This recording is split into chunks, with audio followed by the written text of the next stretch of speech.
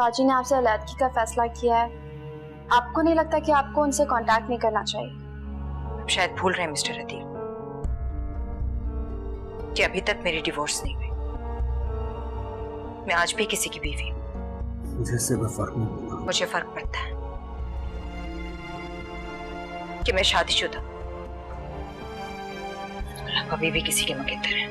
मैं तुम पर भरोसा करता हूँ, इसका यह मतलब नहीं कि तुम अपनी मनमानी करती रहो।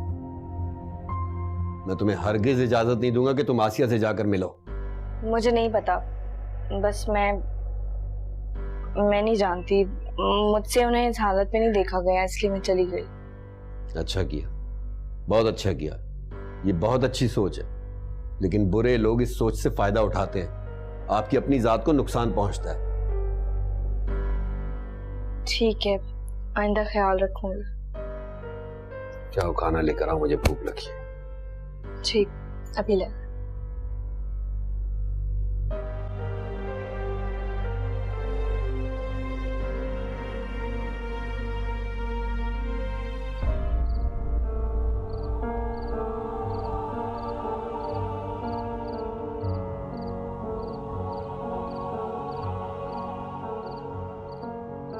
ऊपर वाला मेरे साथ बार बार ऐसा नहीं कर सकता, हर बार मेरी मोहब्बत छीन नहीं सकता।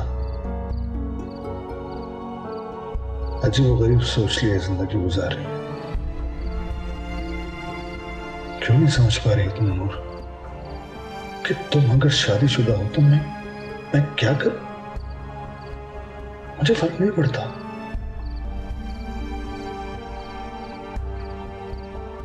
तो फिर तुम्हें क्यों फर्क पड़ रहा जबकि तुम उस शख्स को तलाक भी देने वाली? फिर ऐसा रवैया क्यों?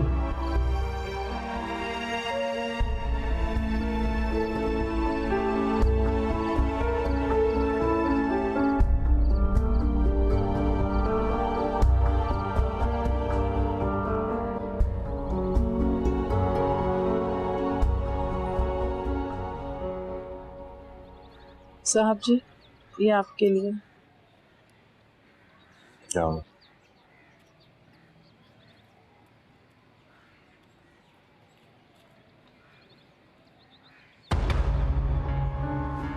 Legal notice? नूर, इसका मतलब तुम्हें फैसला नहीं बदलना। ऐसे कैसे तुम मेरे साथ ये कर सकती हो? नामुमकिन है ये। अदील, ये वकील अपना केस वापस लेगा, हर हाल में लेना पड़ेगा उसे।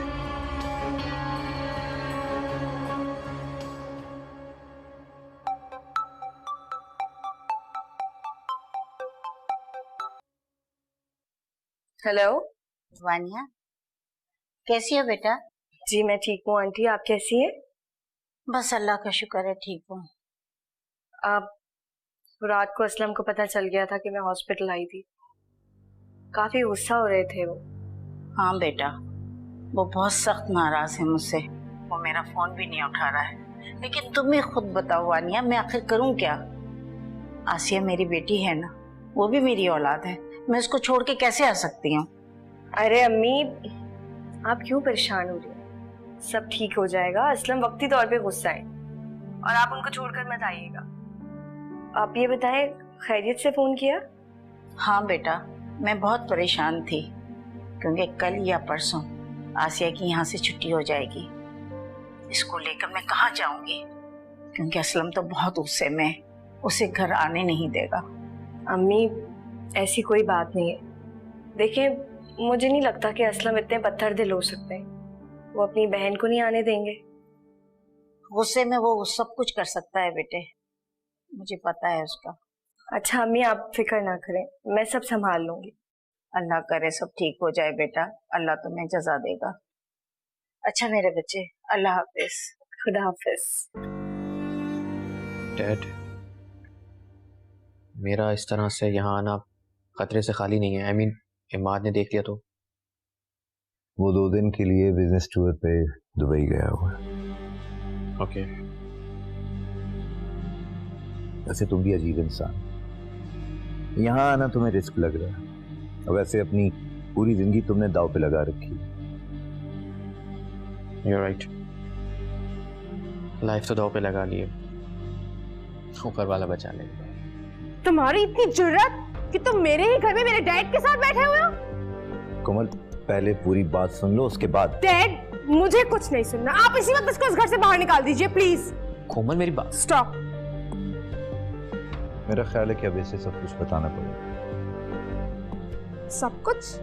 Dad, I know everything. Shut up Komal, कुछ नहीं जानती हो तुम। अगर तुम ये जानना चाहती हो कि मुबीन इस वक्त मेरे साथ यहाँ क्यों बैठा है तो तुम्हें इसकी बात भी सुननी पड़ेगी। कोमल प्लीज मेरी बात सुन। देखो मैं जानता हूँ कि मैंने बहुत बड़ी गलतियां की हैं,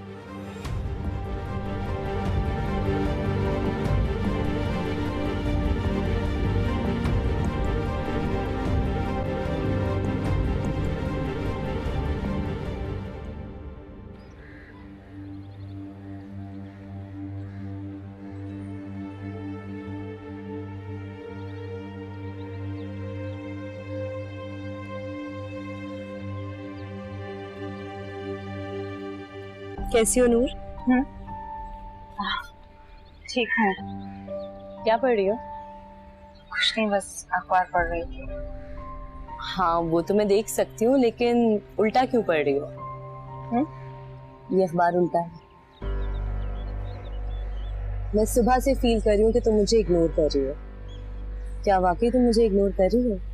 नहीं, ऐसी कोई बात नहीं है। ऐसी बात नहीं है तो फिर कैसी बात है नूर? मुझे समझ में नहीं आ रहा तुम इतना स्ट्रेंजली क्यों बिहेव कर रही हो। अदील भी बता रहा था कि तुम। क्या बता रहे हो? मेरा मतलब है कि वो तुमसे तुम्हारे केस के मुतालिक बात करना चाह रहा था, लेकिन अगर तुम उसे इस तरह इग्नोर करोगी तो वो कैसे तुम्हारा केस लड़ेगा? देखो नूर, हमें इस तरह इग्नोर करना, मुझसे नजर चुराकर बात करना, ये सब चीजें तुम्हारे लिए गलत है।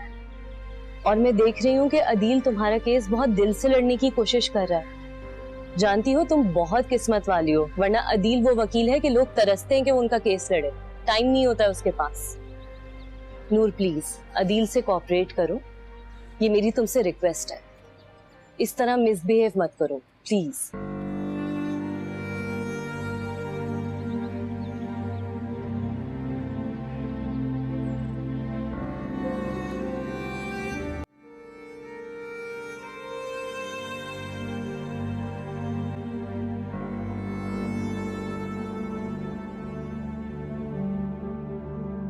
ये लीजिए चाय।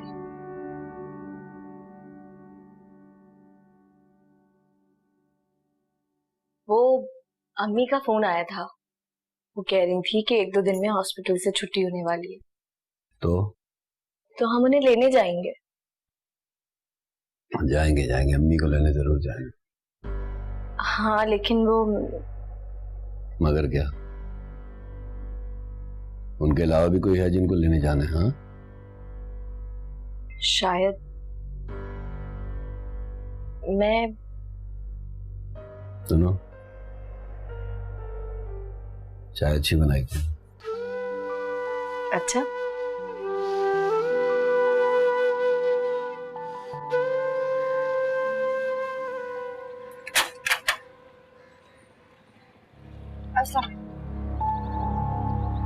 वालेकुम अस्सलाम। वैसे राहत भाई आप बहुत सिद्धी हैं। कल मैंने आपको मना किया था कि बाजी से कांटेक्ट नहीं करेगा, आप तो खुद ही आ गए। मुझे कुछ सवालों के जवाब चाहिए। कैसे सवाल?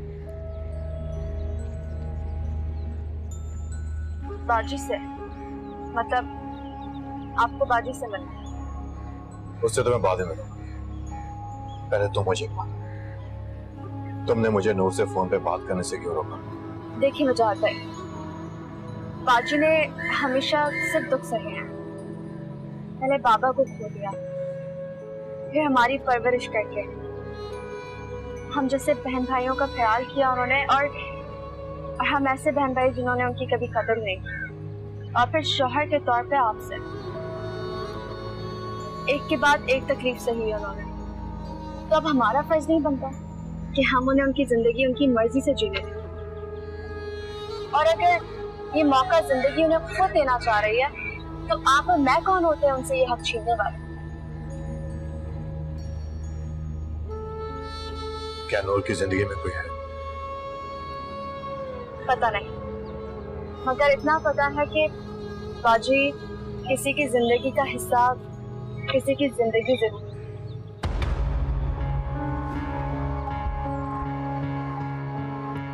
मुझे उससे मिलना है, आखिरी बार।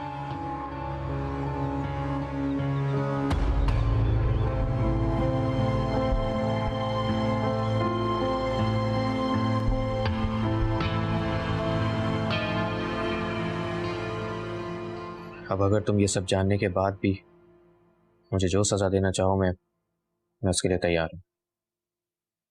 मुबीन, तुमने इतना सब कुछ अकेले बर्दाश्त किया? नहीं, अकेली तो तुम थी जो इतनी अजियतें बर्दाश्त करती रही। मुझे माफ कर दो मुबीन, प्लीज मुझे माफ कर दो। I am so sorry. और बुरे तुम नहीं हो, एक्चुअली बुरी तो मैं हूँ जो हर बार तुम्हें पहचानने में गलती कर देती हूँ। असल कसूरवार तो मैं हूं। ये सब कुछ मेरी वजह से हुआ। न मैं मात की बातों में आता और न ये दिन आज हमें देखना पड़ता। तुम्हारे प्यार में अंधा हो गया था मैं, लेकिन फिर मुबीन ने मुझे बताया, बल्कि समझाया कि चाहे कोई कितना प्यारा क्यों ना हो, लेकिन साथ हमेशा सच्चाई का देना चाहिए और सच्चाई को ही अपनाना चाहिए। जी डैड, बस अब आज से मात का पूरा वक्त शुरू हो गया। Yes, you are right.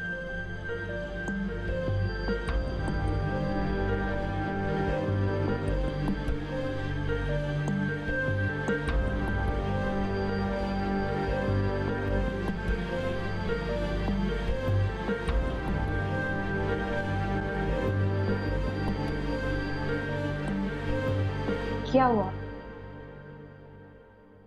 क्या बात है, क्यों घबरा रही हो? वो बाजी वजाहत भैया है।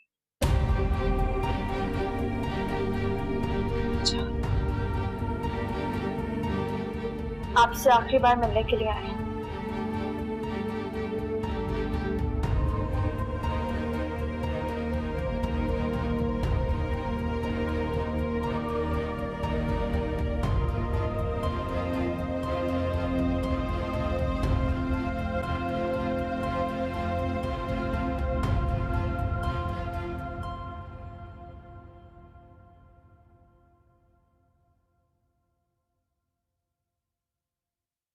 अस्सलाम वालेकुम।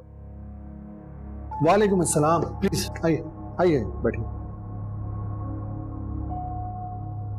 Thank you. आपका नाम? वजाहत। और आपका? अदील। अदील नाम है। तुम क्यों नूर से मेरी तलाक दिलवाना चाहते हो? तुम तो हाथ धो के पीछे पड़ गए। देखिए जनाब, ये मेरा काम है। लोगों के बसे बसाए घर उजाड़ना। वकालत मेरा काम है। जो लोग मुझ तक आते हैं मैं उनके केसेस बहुत अच्छे से डील करता हूँ। ये अलग बात है कि लोगों से उनके रिश्ते संभाले नहीं जाते, इसीलिए वो हम तक आते हैं। और इसी वजह से ये मेरा फर्ज बनता है कि मैं नूर जैसी लाचार और मजबूर औरतों को इंसाफ दिलवाऊं। अच्छा, वैसे पते की बात बताई तुमने मुझे। ऐसी मजबूर और लाचार औरतें, वाह। नूर जैसी हसीन नई नवेली तलाक याफ्ता और तुम जैसा जवान वकील, उसके हक में बोलता हुआ अच्छा नहीं लगता। देखिए, आप जानता हूं कि आपका पेशा है बोलना, मगर अफसोस कि मैं कोई जज नहीं हूं जो खामोशी से सिर्फ आपकी बातें सुनता रहूं।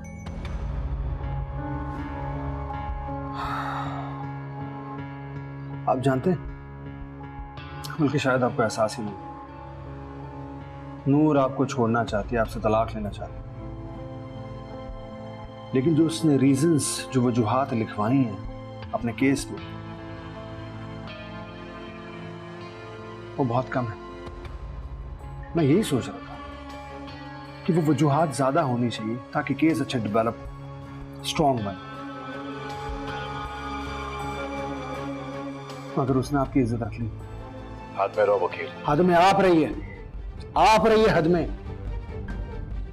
मिस्टर सो कॉल्ड शौहर। क्या कभी सोचा आपने, नूर जो आपको छोड़ना चाहती है, आपसे दूर जाना चाहती है, अगर वो चाहती तो बहुत कुछ आपके अगेंस्ट पे कह सकती थी और मैं लिख सकता था और उसे कोर्ट में साबित भी कर सकता था, ये मेरा काम, और मैं कर देता ऐसा। लेकिन नहीं, उसने आपकी इज्जत रखी। आपके पास पेपर है, तलाकनामा है, उसमें सारे रीजंस मौजूद हैं, वो पढ़ लीजिएगा, वो सारे इल्जाम पढ़ लीजिएगा, समझ आ जाएगा।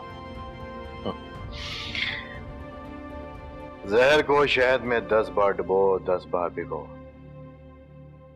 वो जहर ही रहता है। वैसे अल्फाज का इंतखाब जो मर्जी कर लो, तलाक तलाक ही होती है। इल्जाम को चाहे जितना मर्जी सजा सवा कर लगाओ, वो इल्जाम ही रहेगा। वैसे मर्द के लिए औरत औरत ही होती है।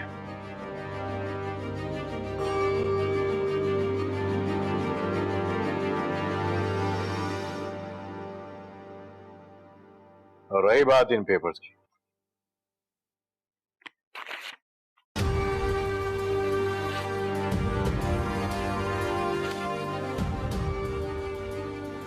ये नामुमकिन है।